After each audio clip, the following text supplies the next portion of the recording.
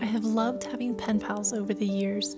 It has not only been a creative outlet for me, but it's also been a great way to stay in touch with friends from far away. So whether you're new to having pen pals or want some creative tips, I'm here to help. Pen pals are a great way to slow down, be creative, and take a break from our busy lives. So today I'm going to share my top tips in finding yourself a pen pal and being safe about it, and hopefully inspire you to bring some joy to someone's mailbox. Welcome to my pen pal series.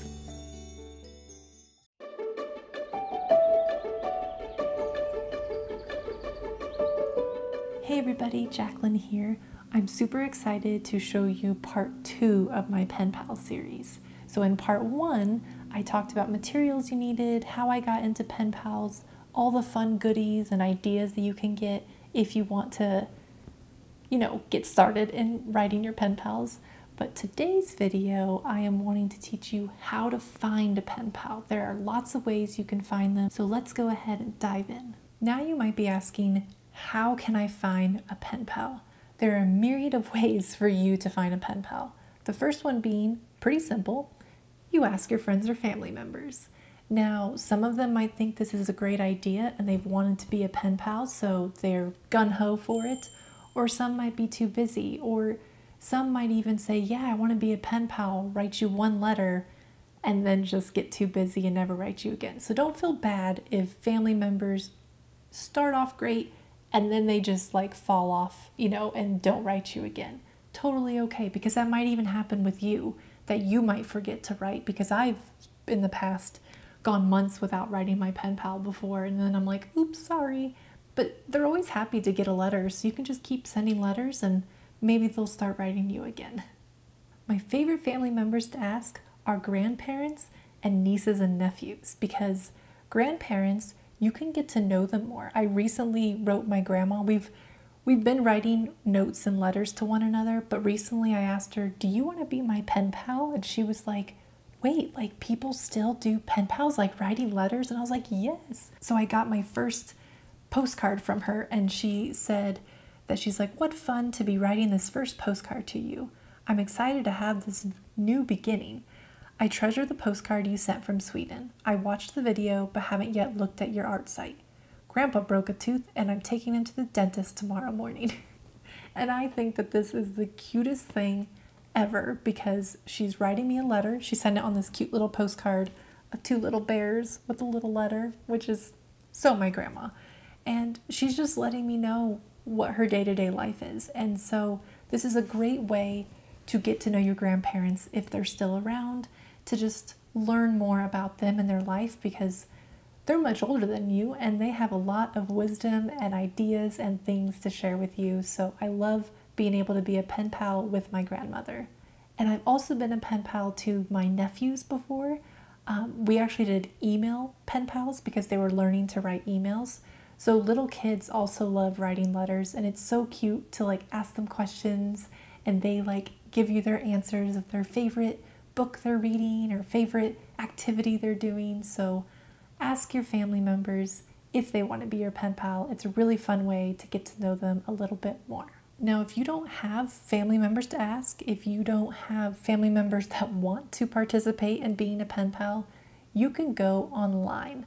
There are so many websites that you can do. Now, everything that I mentioned, I will put it down in the description below so you can find it and you don't have to write it all out as I'm talking through each one.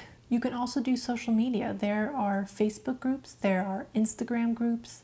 You can go to the hashtag #PenPalsWanted, or there's different hashtags out there like the pen pal community, and you can just go and see other people that are looking for pen pals. And I will go into some safety tips later because you don't want to just give out your address to people, but you can use social media to find pen pals as well. So in researching all the websites that you can find pen pals, I came across this one called moreloveletters.com. This site is the perfect way to start writing letters. Each month on one of their pages, they have a handful of people that have been submitted by family members or friends or coworkers to say, hey, this person has been struggling with this. I am going to tell you a little bit about them. Here's the address, they have it on there, and you write this letter to them, encouraging them if they need encouragement, telling them they're doing great, whatever you want to write about this person, to this person, I should say, because you've learned about them on the site. And then they, at the end of the month, get this huge bundle of love letters and wonderful notes from everybody that has decided to write them. I'm going to start writing mine soon. It's here towards the end of the month, so I think I'm going to start the next month. But I signed up for their newsletter so that they can like remind me, hey, we have a new batch of people you can write. There's a lot in the US, there's some overseas. I think currently there's someone from Italy on there. So it's just a perfect way for you to just start writing and send it and really feel good about yourself as well. Like it's a little bit selfish, you know, it's like both sides. You're making them feel good, but then you're also feeling good for writing such a nice, sweet note to them. Now, I don't think that they write you back. I don't think that they do that. Maybe they do, I have no idea. But this is just a good site to get some names and get to know some people, to write them a letter. And the cool thing with that as well is you don't have to put your return address on it. They have on their site their return address if you don't want to give away your address. So it's another safe option if you just want to write some letters, but you don't feel comfortable giving your address out to some strangers. I have to look at my phone so I can get this correct. There's also a site called incorimo.org, and it stands for the International Correspondence Writing Month. And the cool thing about this site is that for the month of February, you are corresponding and you are writing a letter, a note, a postcard, has to be written form every single day. Now they do the month of February because it is the shortest month, so it's not like a full 31 days, it's like 28 or 29 days if it's leap year. And this is just a good way for you to write a letter every single day, and you can mail it off to somebody you know. You can leave it at a coffee shop, you can leave it at a bus stop or something, you know, in your chair, and it's for people to be able to pick up and read and find a sweet little note of encouragement. And you just do this for the whole month, and I think that it's so sweet. I'm so excited to take part in it this upcoming February. A few other websites, I have them written down here, is Conversation Exchange. This is a perfect site, especially if you're wanting to learn a foreign language and practice it. So you could be wanting to learn French, you could be wanting to learn German, and you might find somebody from Germany or something that wants to practice their English, and maybe you're from America or something and you speak English and you want to help them out and they're going to help you out. You can learn different languages. You could also, like, I don't speak any other languages, really, like very, very little of French and Spanish, very little. But I could go on there and I could write with somebody who's trying to practice their English more, and I could write them as well. So it's a perfect way if you're trying to learn a new language and practice it. There's another site called Pen Pal World. It's been around since the late 90s, and it's like a super old website. When I went to it, I was like, whoa, this is super old. So it is what it is. But it's a perfect way to also start finding pen pals, and you can message on the site, but I think that you don't get that many messages. So you could then move over to email. I've heard and read that people will start on there and then they'll switch to email, and then they just have email pen pals. So that's, again, another way to where you're only giving out your email, and you can make a whole new email if you wanted to, and you're not giving out your address. There's also a site called SwapBot, and this is where you can sign up to do letters or postcards or packages if you wanted to do packages. It's a whole like gift swap type thing. A host will send you all the addresses, and if you've signed up for like the postcard swapping one, you then write postcards or letters or whatever to all of those people, and all of those people will be writing it to you too. So then you are sending off letters to people, and then you are going to receive a whole bunch of letters or postcards or whatnot, or packages if you are into like creating that. But this is just for pen pals, so I would suggest like the letter writing ones. There's also the Student Letter Exchange, and I believe this might be what I used as a kid.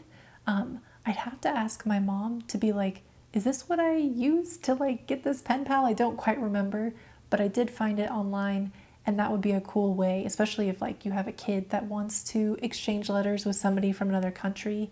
That would be a really good site to check out as well. There's also Compatipal. It's a shorter and more immediate communication, so it's kind of like you're DMing and messaging back and forth. So if that's something that you're looking into and you want more instant gratification, you can do that. Although again, I suggest trying to get more pen pals where you're writing and slowing down, or using that Slowly app or something, because in a world of constant gratification and getting things so quickly, it's nice to slow down, and that's what I encourage you to do as well. But if you're a person who just, you want those letters, you want those messages from people, you could use sites like that. And there's also a site called Post Crossing, and it is sending and receiving postcards from random people around the world. And I thought that this was really cool because you could just send a quick postcard, you'll get some random postcards, and it fills you up to just go to your mailbox and get some cool things, and you don't know where it's coming from. So that's another really, really cool site that I wanted to share with you. And I also wrote down another site called Global Pen Friends that you can go on there to help find a pen pal for you to write back and forth with. But I hope that all of those sites, there's lots more out there, I'm sure. These are all the ones that I compiled for you. I hope it helps you, gets you off to a good start of finding a pen pal in the way that you want to do it, whether it's written, emails, using an app where you don't have to put your information out there at all. There's just a myriad of ways that you can go about starting to find somebody to be a pen pal with. And if any or all of that sounds like too much or too overwhelming for you right now, I do have a video coming out that is going to talk about an app that makes it easy to find pen pals, to write pen pals. I wanted to dive more into it, so that is coming out soon. So be sure to subscribe and get notified if you want to see that. Okay, but here are some safety tips, because you definitely don't want to be just giving out your address to random people on the internet. One, if you're under 18, definitely get your permission from a parent or guardian. Have them help you set it up. Pick one of those sites you could show them and be like, I think this one would be best or whatnot. But definitely get the permission. I don't want you as an underage person to get yourself into any tricky situations. So ask your parents or guardian. Don't give out your address if you don't feel comfortable. You could be chatting with this person, or maybe they're pushing you to give the address or something. You don't have to. If you use one of those sites where you are chatting with them just on email and they're like, hey, I want to write letters and stuff, be careful. Only stick to what you feel comfortable with. Ask your friends or family or parent or somebody if you want to give your address out, to get their thoughts and suggestions on it.